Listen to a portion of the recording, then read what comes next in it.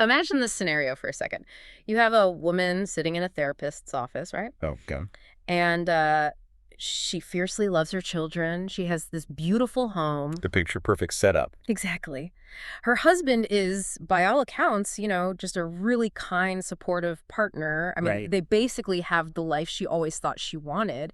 And yet, this exact same woman is meticulously, like almost ruthlessly orchestrating this secret double life that could just entirely destroy that reality. As a heavy thought. It really is, because when we think about infidelity, our cultural imagination just doesn't usually go to her. No, not at all. It goes straight to this very specific, almost cinematic cliche. We picture the midlife crisis husband, right? The younger secretary. Yeah, the late nights at the office, the metaphorical lipstick on the collar. Exactly. That's the narrative that's just totally baked into our societal consciousness. Right, right. We treat male infidelity as this almost predictable biological inevitability. Like, it's destructive, sure, but predictable. Well, and it is a comfortable trope, because it's neatly categorized in our collective minds. We like neat categories. We do. We Yeah. think we understand the mechanics of it. We think it's just about a biological imperative or a fleeting moment of weakness. Right. But when you actually strip away those cliches and you look at the clinical data emerging today, that neat little categorization completely shattered. Totally falls apart. It really does. We are witnessing a staggering cultural shift right now. Women's infidelity statistics are swiftly catching up to men's. Which is wild. Depending on the demographic, recent data shows female infidelity nearing the 30 to 60% mark. Wow. Wait, up to 60%? In certain demographics, yes. Yeah. We are looking at a behavioral landscape that is absolutely no longer exclusively male. Yeah. And, the psychological architecture behind a woman's affair is entirely different from a man's. It is the absolute definition of diagnostic muddy waters. Which is exactly why we are dedicating today's deep dive to this specific phenomenon. We are looking way past the sensationalized headlines. The moral panic. Exactly, the moral panic and the tired stereotypes. Our mission today for you, the listener, is to decode the actual clinical reality of female infidelity. Getting to the truth of it. Right. We want to understand the highly specific behavioral phases women go through, the immense, crushing psychological weight of the secrets they keep. Because it is a massive weight. Huge. And the surprising clinical probabilities of whether they will ever actually confess. Which is lower than people think. Much lower. And perhaps most importantly, we are going to explore the devastating, lifelong ripple effects this secret-keeping psychology has on their husbands and, critically, their children. And just to be clear for everyone listening, to do this justice, we are building our discussion on a massive foundation of sources. Right, we've got the data. We do. We're talking clinical psychology papers, evolutionary biology studies, and insights from leading relationship therapists and researchers. People who have literally spent decades in the trenches. Exactly. Couples therapy legends like Michelle Langley, Esther Perel, Frank Pittman, and Helen Fisher. Incredible researchers. Absolutely. And we really need to set the tone right out of the gate here. Yeah. This isn't about taking moral sides. Absolutely not. No taking sides today. We are not here to pass judgment or point fingers or, declare who is right or wrong in a marriage. Right. That's not the goal. Our goal is to conduct an impartial, scientific, and psychological autopsy of how secrets fundamentally change human behavior. How they rewire the brain. Yes.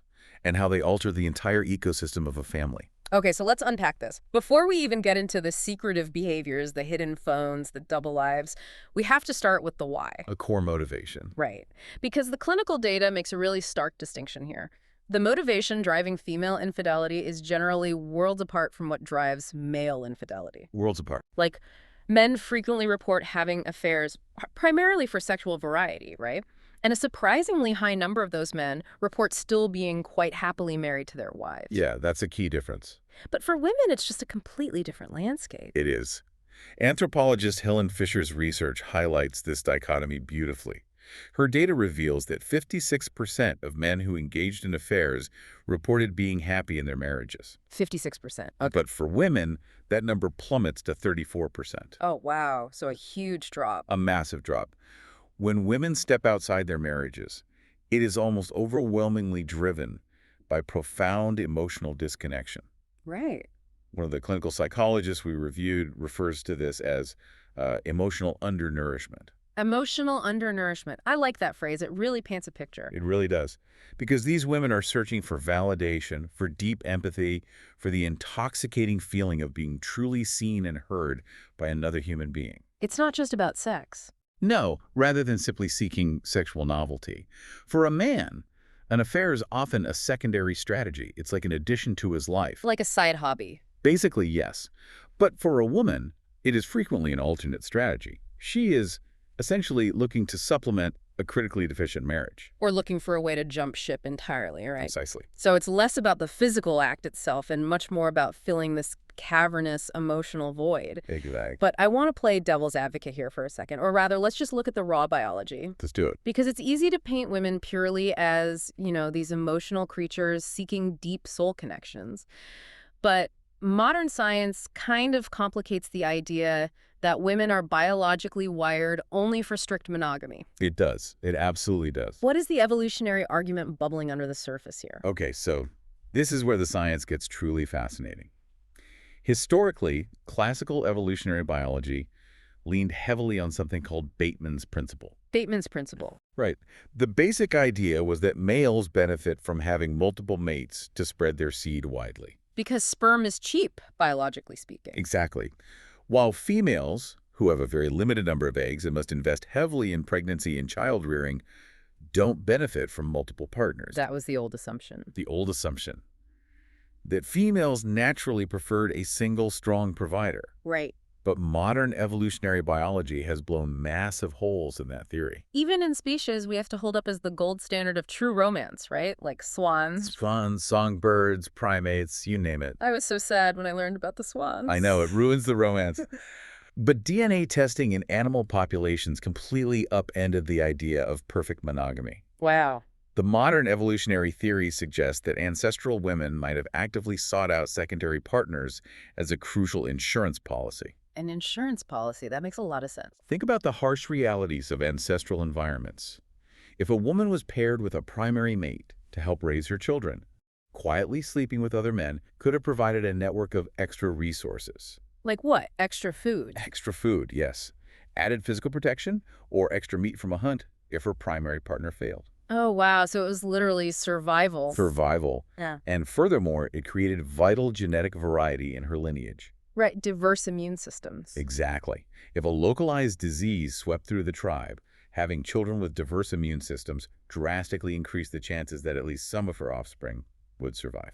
That is just wild to think about. It really reframes everything. It does. So there is this deep, subconscious, ancient evolutionary blueprint that might drive a search for genetic variety or backup resources. Yes, deep in our DNA. But obviously today, a modern woman isn't looking for extra meat from a mammoth hunt. Probably not. So how does that ancient insurance policy drive actually manifest in a modern marriage? Today, she uses the affair as a life raft. A life raft. That is the exact clinical metaphor used repeatedly in the literature.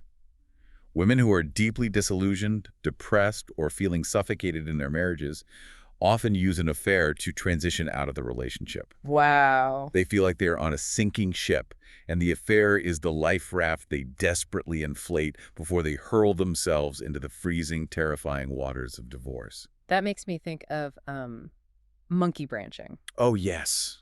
The monkey branching concept. You're swinging through the jungle canopy and you absolutely refuse to let go of the vine you're currently holding until you have a firm, secure grip on the next one. You need to know you aren't going to fall. Exactly. But here's my pushback on this entire concept. Okay. If she is so emotionally starved, if she feels like she's drowning, if the marriage is truly a sinking ship, why not just leave? It's the million-dollar question. Right. Why go through the incredibly elaborate deception, the constant lies, the sheer exhaustion of managing a double life? Because it is exhausting. It has to be.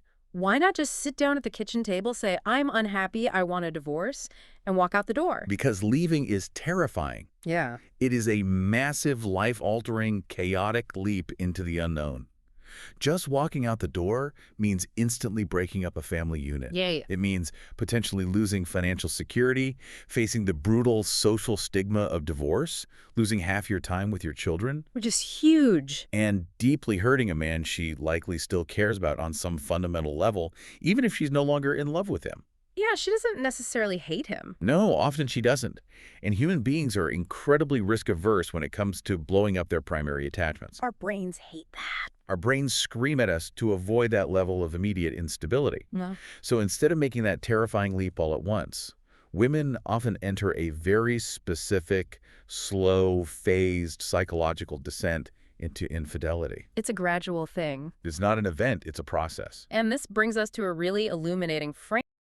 For decades, the cultural image of infidelity was essentially just, well, a cliche. Oh, absolutely. Total cliche. Right. I mean, it was always the guy in his late 40s panicking about his own mortality, buying a ridiculous sports car, and having an affair with his secretary. Yeah, it was treated as this almost exclusively male phenomenon. Like it was Yeah. just a byproduct of high testosterone and a wandering eye. Exactly. But we're looking at a massive stack of research today, and I mean, it completely shatters that whole narrative. It really does.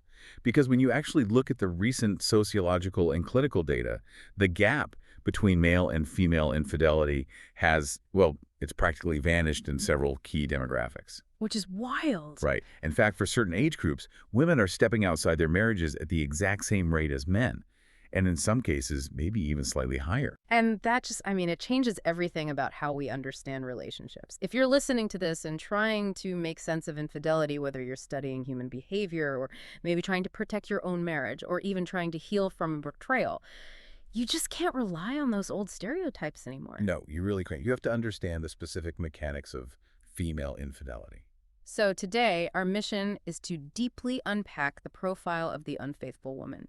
We are going to look at exactly who she is, the behavioral timeline before, during, and after the affair, and the complex psychological mechanisms that determine if she's ever going to do it again. Yeah, and we're doing this by looking at this really fascinating cross-section of evolutionary biology, clinical psychology, and just raw observational data. Okay, let's unpack this. Our aim here is to look way beyond the sensational headlines, right? No moral panic. If we really want to understand the why and the how, we have to analyze this objectively without taking sides. Exactly. We're just looking at the biological, sociological, and psychological forces at play. So let's start by defining exactly who we are talking about here. When we look at the demographics, the research points to a very specific window of vulnerability.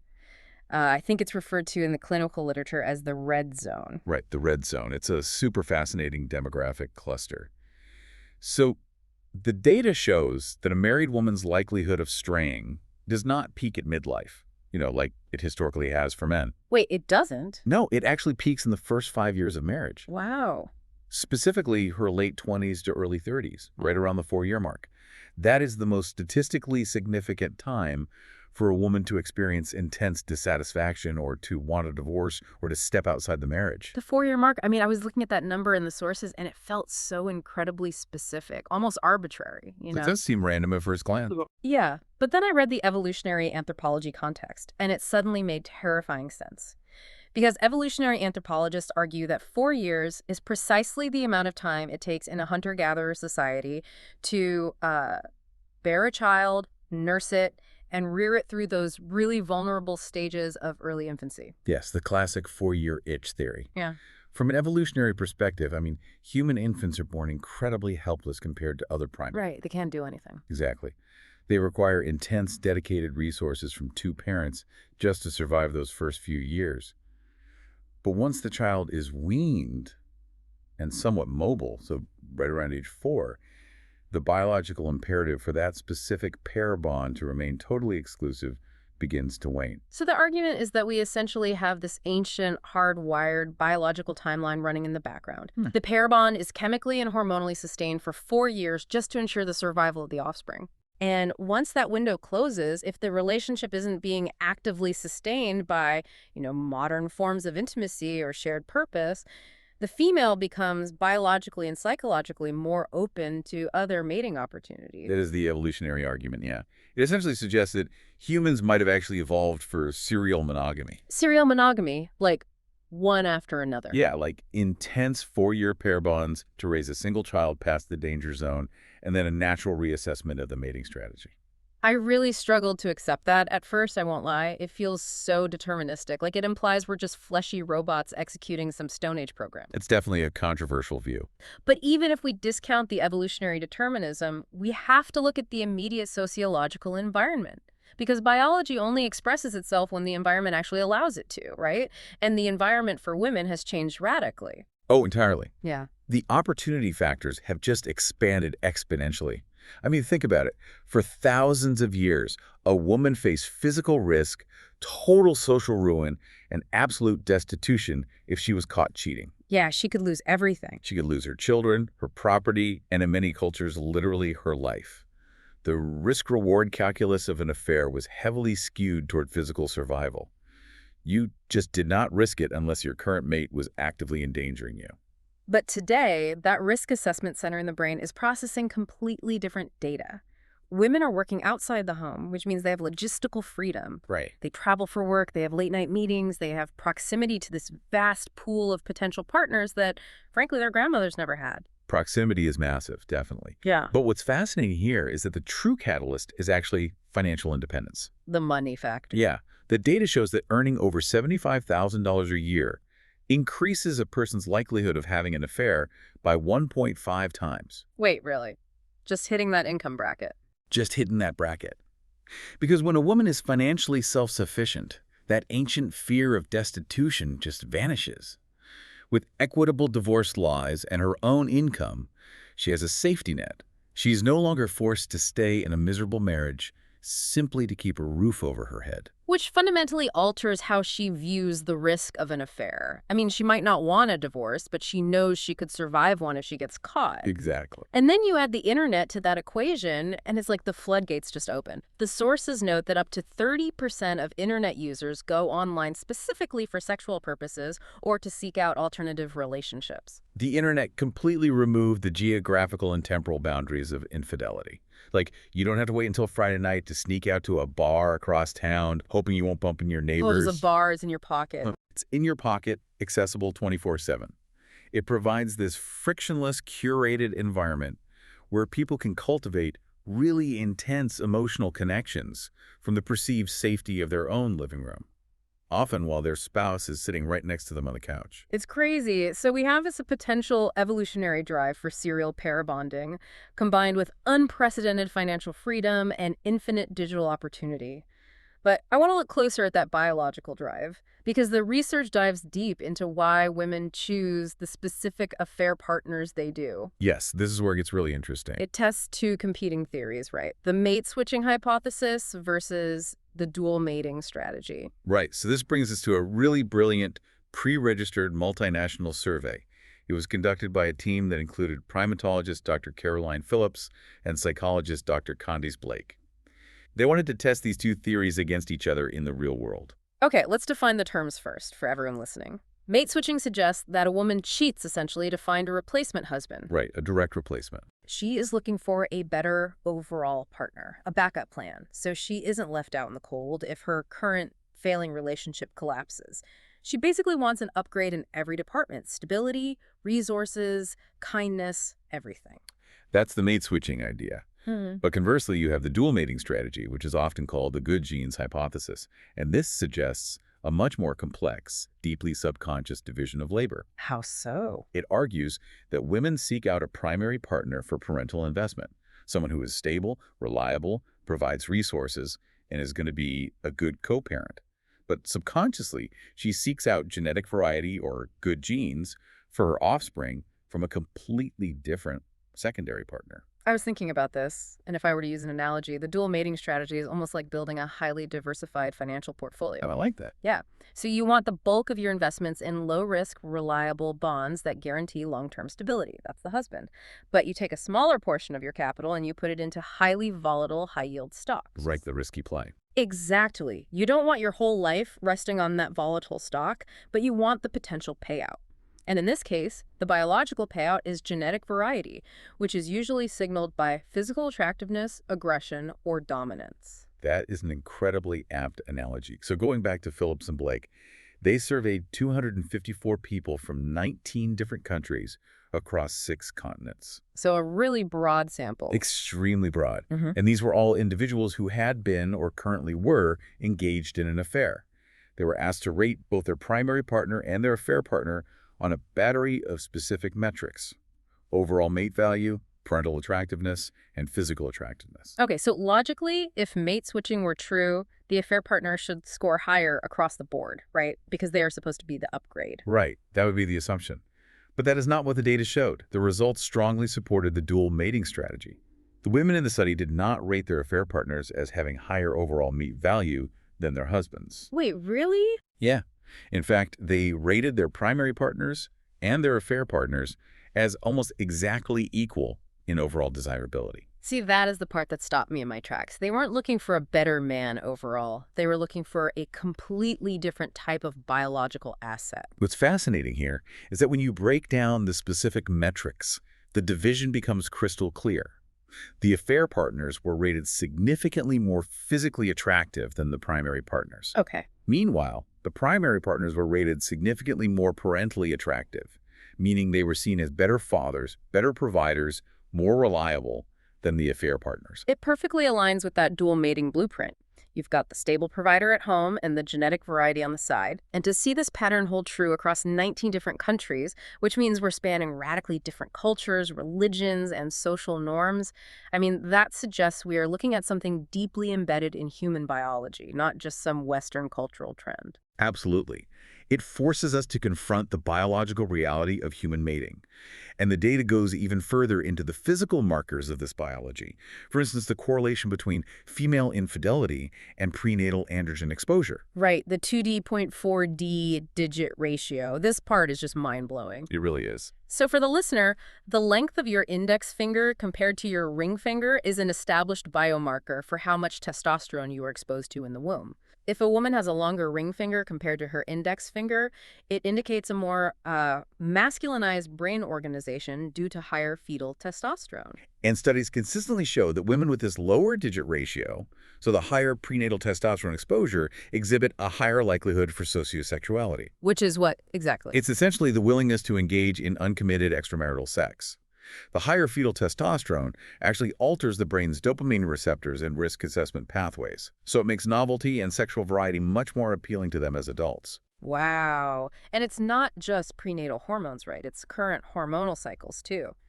The sources highlight that a woman's interest in extra-pair copulation, having an affair, spikes significantly during the ovulation phase of her menstrual cycle. Right, exactly when she's most fertile. Which is exactly when the good genes would actually matter from an evolutionary standpoint. Yeah, the timing is undeniable. Mm-hmm. And perhaps the most compelling, just undeniable piece of biological evidence is the SMG2 gene. Yes. I really want to spend some time on this because this isn't just psychology we're talking about. This is molecular biology.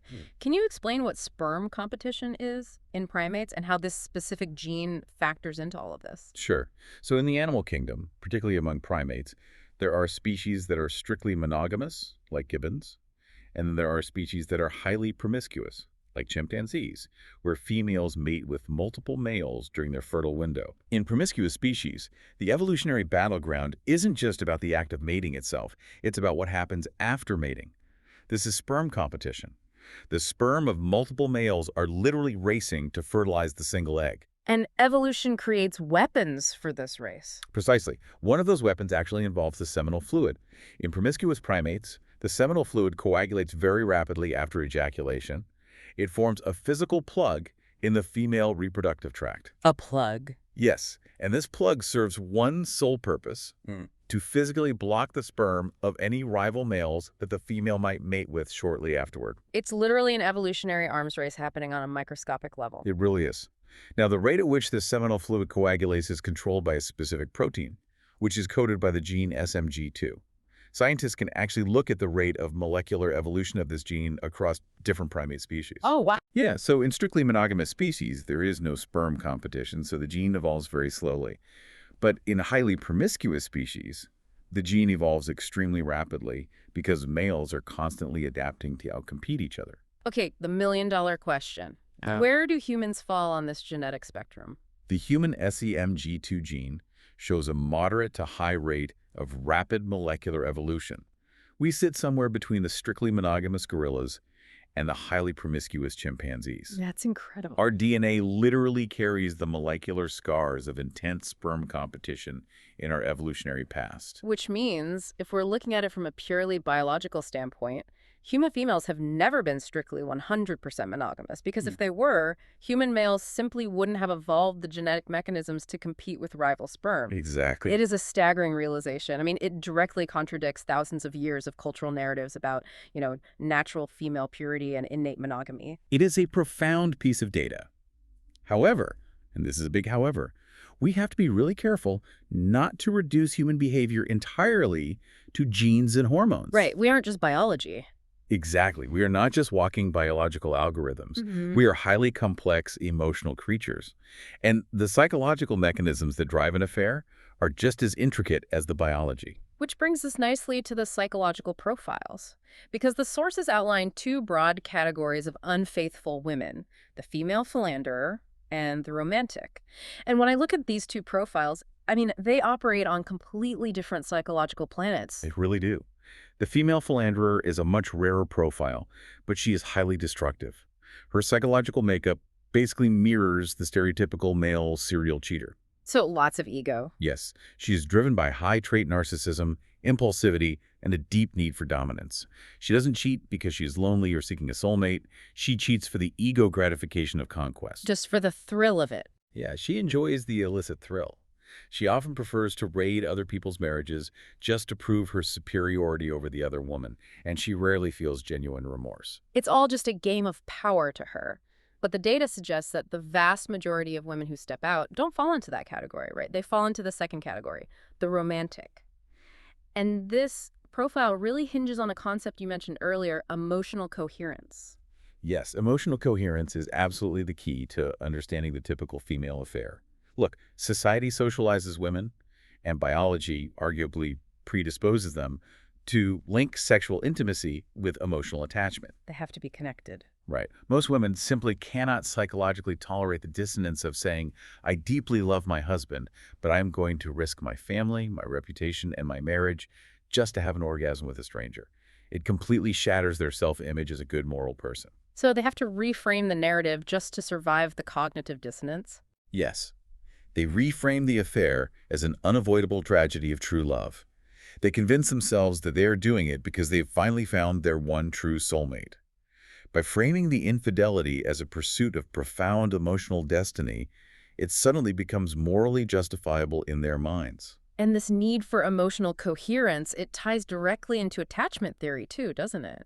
When you look at the psychological profiles of women who cheat, they so often suffer from insecure attachment styles. Take the anxious attachment style, for example. Oh, anxious attachment is a huge driver. A woman with an anxious attachment style lives with a chronic underlying fear of abandonment. She hyper-monitors her primary relationship for any signs of withdrawal or rejection. She's always on edge. Always. So if her husband becomes distant due to work stress, or if they hit a rough patch, her nervous system immediately interprets this as an existential threat. She feels like she is about to be abandoned. So she seeks out an affair partner, not necessarily because she actually wants to leave the marriage, but more as an emotional insurance policy. Exactly. It's a hedge. She secures a backup plan so that if the primary relationship does collapse, she doesn't have to face the terror of being totally alone. Yes. But then, on the complete opposite end of the spectrum, you have the avoidant attachment style. In the clinical literature, these women are often called intimacy avoiders. Now, this one fascinated me. Why would someone who actively avoids intimacy seek out an affair? Because an affair is inherently intimate, isn't it? You'd think so, but the affair isn't actually about intimacy for them. It's about establishing distance. For an avoidant personality, true, vulnerable intimacy with a primary partner feels suffocating. It feels dangerous. So if the marriage is getting too good? Yes. If a marriage starts getting too close, or if the husband demands more emotional presence, the avoidant woman feels trapped. She uses the affair to create a secret barrier between herself and her husband. It's like a pressure valve. She can stay married, maintain the social structure of the family, keep the house, but the sheer secret of the affair ensures she is never fully known or fully engulfed by her husband. The affair actually stabilizes a distant marriage. Precisely. The affair is a tool for regulating distance. Okay, but I have to introduce a counter-argument here from the sources. We've been talking about evolutionary biology, 2D, 0.4D digit ratios, anxious attachment styles, cognitive dissonance. I mean, it makes infidelity sound like this subconscious master plan orchestrated entirely by our genes and childhood trauma. I see where you're going with this. Right. But one of the observational guides in our sources presents a much more pragmatic, conscious mechanism. It compares the build-up to an affair to opening a refrigerator. Ah, the refrigerator analogy. Yes. The author says that a woman doesn't just stumble blindly into an affair. She starts by having a secret friendship. She starts going to lunch with a male colleague. She starts texting him late at night about her frustrations with her husband. She shares her dreams. Right, the emotional boundary crossing. And the author argues that doing this is like opening a refrigerator door when you are on a really strict diet and telling yourself, I'm just going to look inside, I'm not going to eat anything. The whole point is, it's not a mistake. It is highly intentional. You put yourself in the environment of temptation, you cultivate the intimacy, and eventually, inevitably, you take a bite. I think that pushback is absolutely necessary. Clinical psychology can sometimes inadvertently absolve people of their agency by blaming everything on subconscious drives. But behaviorally, the individual is making 100 micro-choices a day that lead them straight to the precipice, Exact. as the source bluntly puts it. Unless the affair partner looks exactly like your husband and lives in an identical house, you didn't end up in his bed by accident. Right. You navigated traffic, you lied about your whereabouts, you unbuttoned your shirt. It wasn't sleepwalking. The value of the refrigerator analogy is that it highlights the permission structure. Women, and men do this too, give themselves permission to walk right up to the boundary line, telling themselves, we are just friends, I haven't done anything physical, so I haven't done anything wrong. The plausible deniability. Exactly. They cultivate a fertile environment for infidelity while maintaining total plausible deniability to themselves. Which brings us perfectly to the actual timeline of the setup. The behaviors that happen before the line is officially crossed. Because when we look at the emotional catalyst, the initial spark that drives a woman toward that refrigerator, there is a really stark gender divide. There really is. When researchers ask men why they cheated, a significant portion will cite purely sexual motivations. So a desire for novelty, a dead bedroom at home, or simply taking advantage of a low-risk opportunity. But when you ask women, the overwhelming majority cite a profound emotional void. They describe feeling neglected or lonely, emotionally undersupported. They say they feel like they're just functioning as a glorified roommate or project manager for the family, rather than an actual romantic partner. They just feel invisible. They are looking for someone to look them in the eye and make them feel seen, valued and desired as a multifaceted woman, not just as a wife or a mother. And this emotional void often transforms the affair into an exit strategy. The sources use a devastating metaphor for this, the life raft. Imagine you are on a ship that is slowly sinking. The marriage is dead, you are completely miserable, but the water around the ship is freezing cold. And the freezing water represents the terror of divorce. Exactly, the financial ruin, breaking up the family, the stigma, the fear of being alone.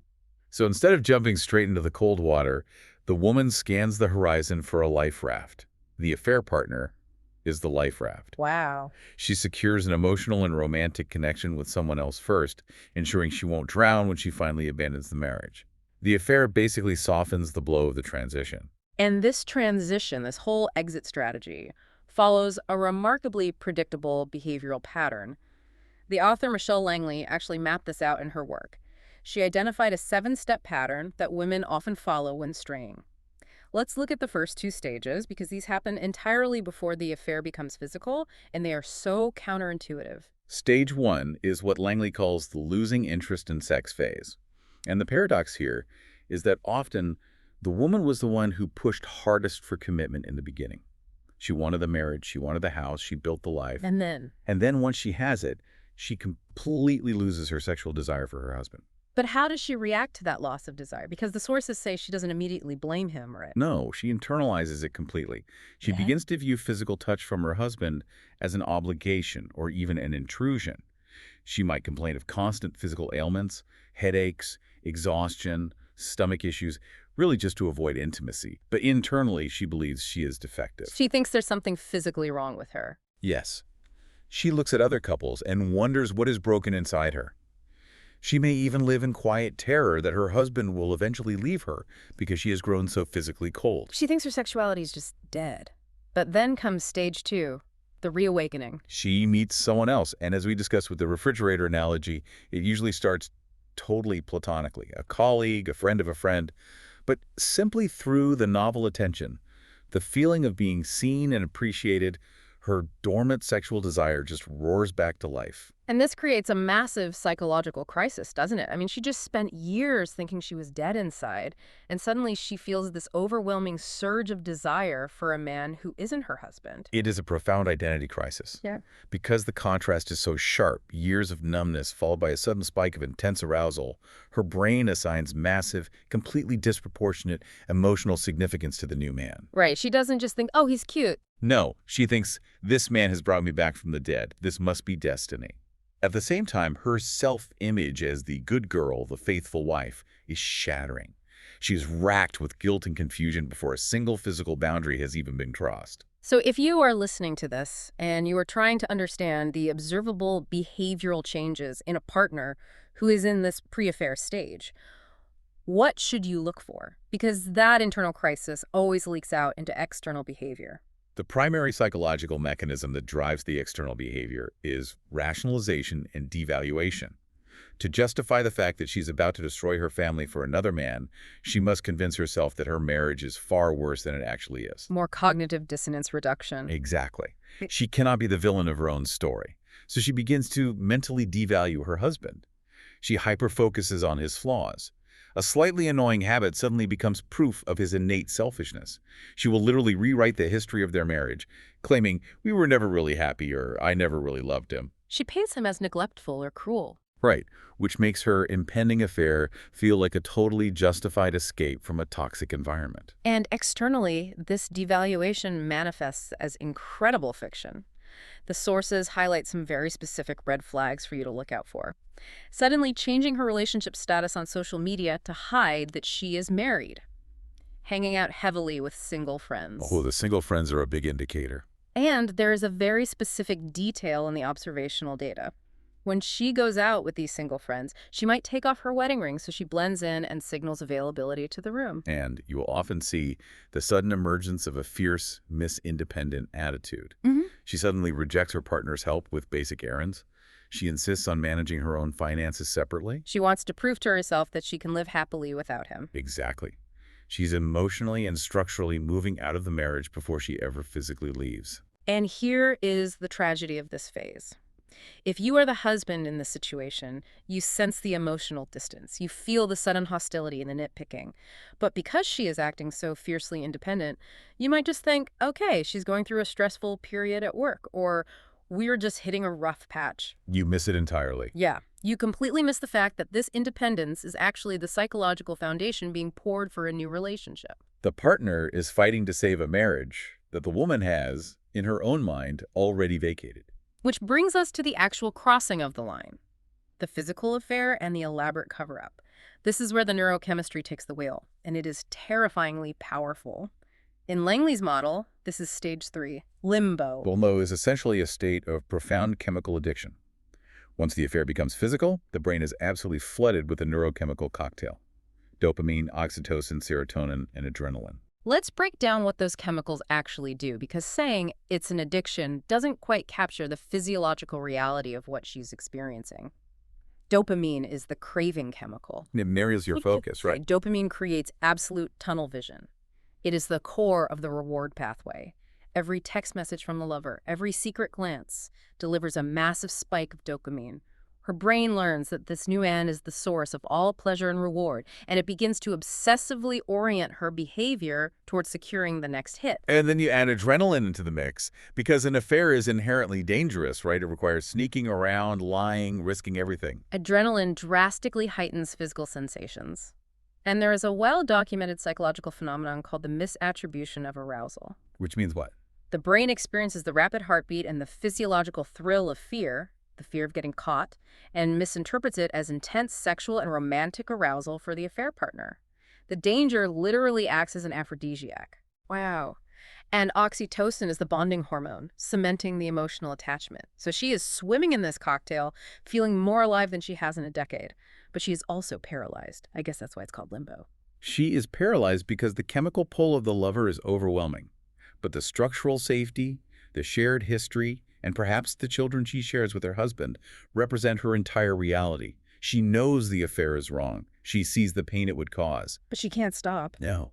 She may vow to end it a dozen times, crying in her car, promising herself she will block his number, but the dopamine withdrawal is too intense.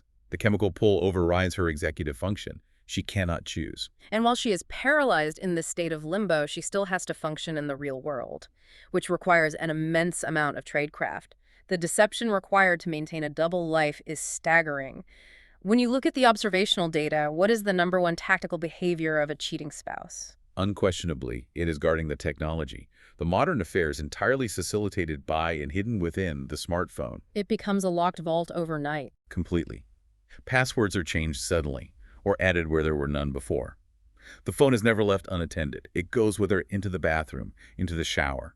It is always placed face down on the table to hide incoming notifications. Right. You see the constant use of Do Not Disturb settings during times she is with her family. In more advanced stages, there are hidden vault apps, secret email accounts, or even the acquisition of a completely secret second burner phone. The digital boundaries become impenetrable. And then there are the physical changes in routine and appearance. Suddenly, the workload becomes incredibly demanding. She's staying late at work constantly, or she suddenly has weekend conferences she needs to attend alone. I just need some time to myself to recharge, she says, taking a solo trip to a hotel. And you see the physiological evidence of the double life, too. Returning home smelling like unfamiliar soap or cologne, arriving with smudged makeup or messy hair, and making a beeline straight for the shower to literally wash away the forensic evidence before even greeting her husband. Not to mention the complete physical makeover. She starts dressing more provocatively, updating her wardrobe, changing her hairstyle, hitting the gym obsessively. But she isn't doing this to reignite the spark with her husband. Not at all. She is dressing and grooming herself for the male gaze of the new mate. The most jarring aspect of the cover-up, however, is how she interacts with the primary partner during this phase. The clinical literature describes extreme polarization in her behavior. On one end of the spectrum, she might become what is described as cold as ice. What does that actually look like day to day? Absolute emotional withdrawal. She avoids eye contact. Her body language is closed off, arms crossed, physically pulling away from his touch. Yeah. If he tries to discuss future plans, like a vacation or a home renovation, she becomes evasive or angry. Because in her mind, her future isn't with him. Exactly. In her mind, her future is with the other man. Any investment in the husband's future feels like a betrayal of her new soulmate. But the complete opposite can happen too, which is almost more insidious, honestly. Yes. The guilt of the betrayal can manifest as overly chirpy, affectionate behavior. She might suddenly start buying him expensive gifts, or be unusually upbeat and agreeable around the house. It's overcompensation. It's a compensatory mechanism.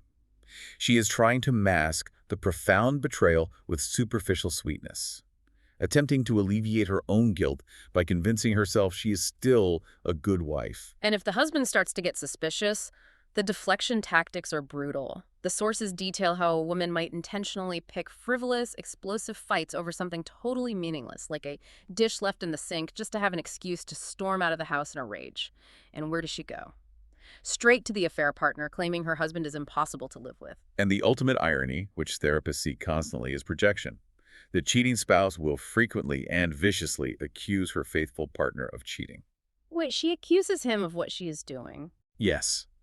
It is a desperate, aggressive attempt to shift the spotlight. By putting him on the defensive, forcing him to prove his innocence, she diverts his attention away from her own secretive behavior. It is a form of psychological abuse that deeply destabilizes the betrayed partner's sense of reality. It is entirely destabilizing. Yes. But we have to talk about the darkest aspect of this cover-up. Because we've been talking about the husband and the wife, but in many of these cases, there is collateral damage. And the clinical texts emphasize the catastrophic impact this has on the children. This is a really sobering reality that utterly destroys the cultural myth that an affair is a victimless crime as long as the spouse doesn't find out. How do children get dragged into the mechanics of the cover-up? Because the woman has reframed the affair as a righteous pursuit of true love and happiness, she sometimes delusionally believes that her children, wanting her to be happy, would naturally support this new relationship. Consequently, she may blur boundaries and inadvertently or even intentionally involve the children in the affair. Like having the child meet the affair partner under the guise of him just being a friend from work. Exactly. Or having the child relay messages. Or, most destructively, explicitly telling the child about the new partner and forcing the child to keep the secret from their father. Like, don't tell Dad we saw John at the park. Yes. The clinical consensus on this is absolute. Asking a child to hold the secret of one parent's infidelity and forcing them to lie to the other parent inflicts profound psychological trauma. The texts describe it as having an incest-like emotional impact. Why incest-like? I mean, that is a very strong term. Because it is a profound violation of generational boundaries. A parent is supposed to protect a child. By forcing the child to keep a secret that will destroy the family, the parent is using the child to protect the parent's illicit behavior. Right. It forces the child to actively betray their father. It shatters the child's foundational reality, their sense of safety, and their understanding of honesty and trust. The psychological damage can last a lifetime, manifesting in the child's own future relationships. That is just brutal. It highlights the immense blast radius of infidelity, which leads us to the inevitable collapse of the double life, the discovery, the aftermath, and the burning question, will she do it again? The discovery phase is where the theoretical meets the visceral, and the fallout is heavily gendered.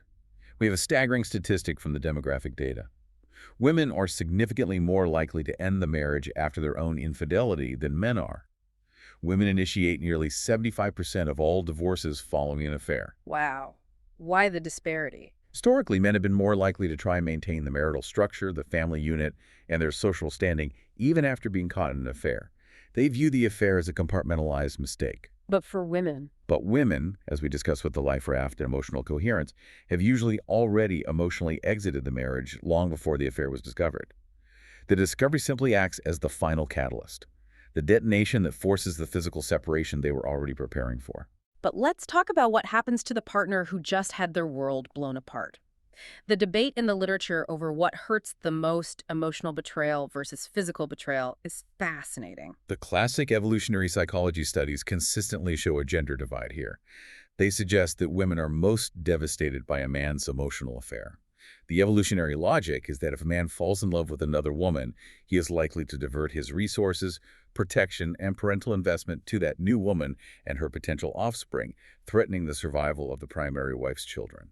Right. And conversely, those studies say men are overwhelmingly devastated by a woman's physical affair. Because of paternity uncertainty. From a purely evolutionary standpoint, if a man's mate has sex with another male, he risks investing his life's resources into raising another man's genetic offspring. It is the ultimate evolutionary failure. But the clinical sources you provided add a vital nuance to this. When you sit in a marriage counselor's office, the reality isn't just about genes and resources. No, not at all. The evolutionary theory holds up statistically, but the lived experience of trauma is much more complex. Yes, men are intensely, obsessively focused on the physical details of the affair, the how, the where, the physical comparisons. But when a man discovers his wife's emotional affair, it hits a completely different psychological nerve. How so? Well, imagine a man reading months of text messages where his wife is sharing her deepest fears, her dreams, and her private jokes with another man. The intimacy she used to share with him. Exactly. When a man reads that, he doesn't just feel betrayed. He feels viscerally replaced. He realizes that the woman he's sleeping next to hasn't actually been there for months. She's already left him emotionally. It destroys his sense of reality. And for women, if they discover a physical affair, it's not just about lost resources, is it? Not at all. While women are deeply wounded by emotional betrayal, discovering a husband's physical affair is frequently experienced as a profound violation of bodily boundaries. It feels like a visceral physical trauma to her own body. She feels contaminated, unsafe. And trauma is the clinically accurate word here. The sources state that the betrayed partner, male or female, experiences actual post-traumatic stress symptoms. We are talking about hyperarousal, insomnia, intrusive images of the affair partners together, and sudden debilitating flashbacks triggered by something as simple as a song on the radio or a specific brand of cologne. And this trauma response drives the obsessive forensic detective work. The betrayed spouse will spend hours scouring bank statements, cross-referencing cell phone bills, recovering deleted emails, tracking GPS history. They turn into an NSA analyst overnight. They do, and it is a desperate attempt to rebuild a predictable reality. The person they trusted most lied to them every day for a year. They no longer know what is real and what is a lie, so they try to empirically reconstruct the truth of their own life through data. If a couple decides to try and survive this trauma, the research outlines 3 distinct stages of recovery. Yes. Phase 1 is the roller coaster. This is pure chaos, intense denial, fierce anger, debilitating depression. The betrayed partner's nervous system is in overdrive, swinging between wanting to murder their spouse and desperately clinging to them. Phase 2 is the moratorium. The intense, volatile emotions slightly recede, and the couple begins a period of meaning-making. This is the crucial stage where they retreat emotionally to try and understand the why. They look at the vulnerabilities in the marriage, the emotional voids, the resentments that paved the way for the affair. And if they can navigate that without destroying each other, phase 3 is building trust. That involves stating renewed commitment, radically increasing communication, establishing complete transparency, and the agonizingly slow practice of forgiveness. However, there's a massive warning in the clinical literature about getting stuck. They call it the black hole of recovery. Right. Some couples never make it out of phase 1 or 2. They become trapped in an endless loop of bitterness, hypervigilance, and punishment. The betrayed spouse establishes a regime of total surveillance tracking devices, demanding access to all passwords, constant interrogations. It sounds exhausting. And the tragedy is, they confuse this forensic control with actual intimacy. The marriage survives on paper, they live in the same house, but it is a hollow, agonizing shell of a relationship. It is a prison. Which begs the ultimate question. If a couple is trying to rebuild, what is the likelihood of relapse? Will she do it again? You would think that the immense guilt of the affair, the sheer devastation on her husband's face, the trauma inflicted on the children, would act as a permanent deterrent. Does guilt actually stop them from relapsing? You would think so, but human psychology is deeply paradoxical. The research reveals a terrifying dynamic regarding guilt. For some people, anticipating the guilt before the act acts as a powerful deterrent. But for others, the guilt after the act actually fuels the relapse. Wait, explain that because it sounds completely backwards. Why would guilt drive you back to the thing that caused the guilt? Because the affair operates like a drug. Some individuals feel such profound disgust, shame, and self-loathing after engaging in extramarital sex that they cannot bear the weight of their own conscience. They're desperate for an escape from their own mind. So what do? They run right back to the affair partner. They use the neurochemical high of the affair, the dopamine, the validation, the fantasy, to temporarily numb the very self-loathing that the affair created. Precisely. It is a classic addiction cycle. The poison becomes the temporary cure. They dive back into the fantasy world where they are adored and perfect just to escape the reality of the destruction they have caused. That is incredibly self-destructive. But beyond the addiction cycle, what about the underlying state of the marriage? Does that predict relapse? It is the ultimate predictor. If the root cause of the affair is never addressed, relapse is highly likely.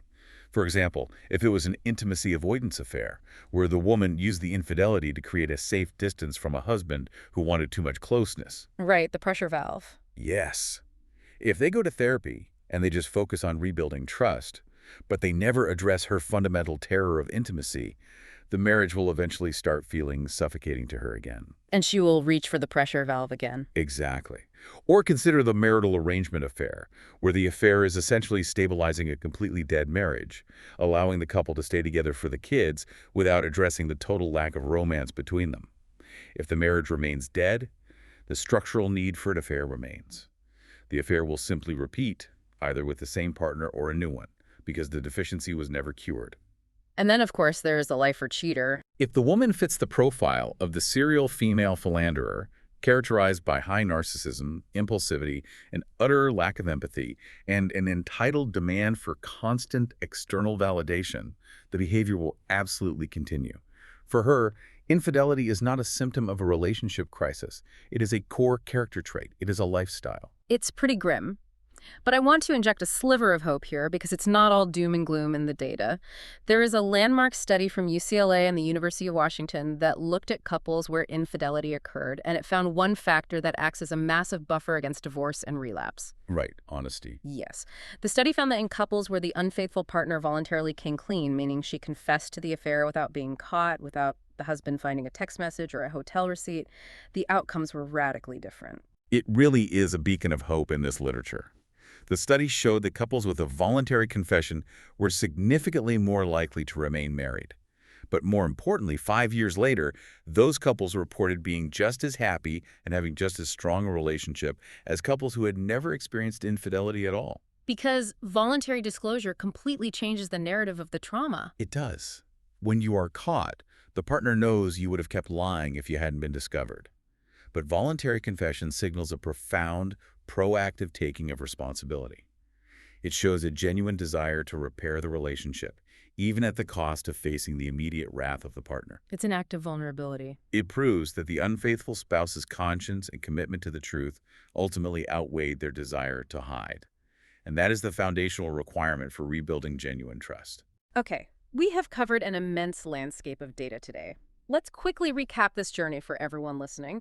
We started by challenging the old male-centric stereotypes of cheating, diving into the demographic reality that women, especially around the 4-year mark of marriage, are stepping out at equal rates. We traced the evolutionary roots of this behavior, looking at the dual mating strategy, the biological hedge bet of securing a stable provider while subconsciously seeking genetic variety. We looked at the undeniable biological markers, too. From prenatal androgen exposure altering sociosexuality to the molecular evidence in the SEMG2 gene that proves human females have a long evolutionary history of sperm competition. But we didn't let biology be an excuse. We explored the sociological shifts, how financial independence and the infinite access of the internet lowered the risk and heightened the opportunity. We unpacked the psychological profiles, contrasting the narcissistic female philanderer with the deeply complex romantic, who uses cognitive dissonance to reframe betrayal as a pursuit of true love. We walked through the harrowing timeline, the emotional void that prompts a woman to seek a life raft, the predictable devaluation of the husband to justify her exit, and the intense neurochemical addiction of the affair itself, fueled by dopamine and adrenaline. We exposed the elaborate tech-heavy tradecraft of the cover-up and the devastating incest-like psychological trauma inflicted on children who are forced to keep their mother's secrets. And finally, we examined the forensic trauma of discovery, the gender differences in experiencing betrayal, and the complex addiction cycles and core relationship deficits that determine if she will ever strike again. It is a profound, deeply layered human experience that completely defies simple categorization. It is not just about villains and victims. It is a collision of biology, opportunity, and profound emotional vulnerability. And that leaves us with a final, lingering thought drawn directly from the tension we've seen in all these sources. We saw the clinical reality. Women often use affairs as a life raft to escape marriages that feel emotionally dead. And we saw the evolutionary reality. Biology suggests women might possess a deeply subconscious, hardwired dual mating strategy designed to secure resources from one partner and genetic variety from another. The data paints a picture of a species that is deeply conflicted. So the provocative thought we want to leave you with today is this. Given all of that hardwired biology and that deeply ingrained psychological survival instinct, is the intense, world-shattering pain of infidelity simply the result of broken trust between two people? Or is it the painful, inevitable friction of our modern romantic ideal of lifelong, exclusive monogamy violently clashing against an ancient, hardwired biological survival strategy?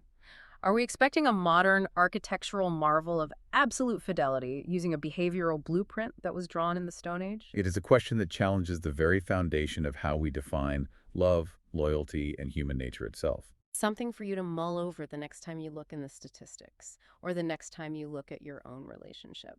Thank you for joining us on this deep dive into the source material. The world is rarely as simple as an X-ray. Keep looking at the muddy waters and keep questioning the world around you.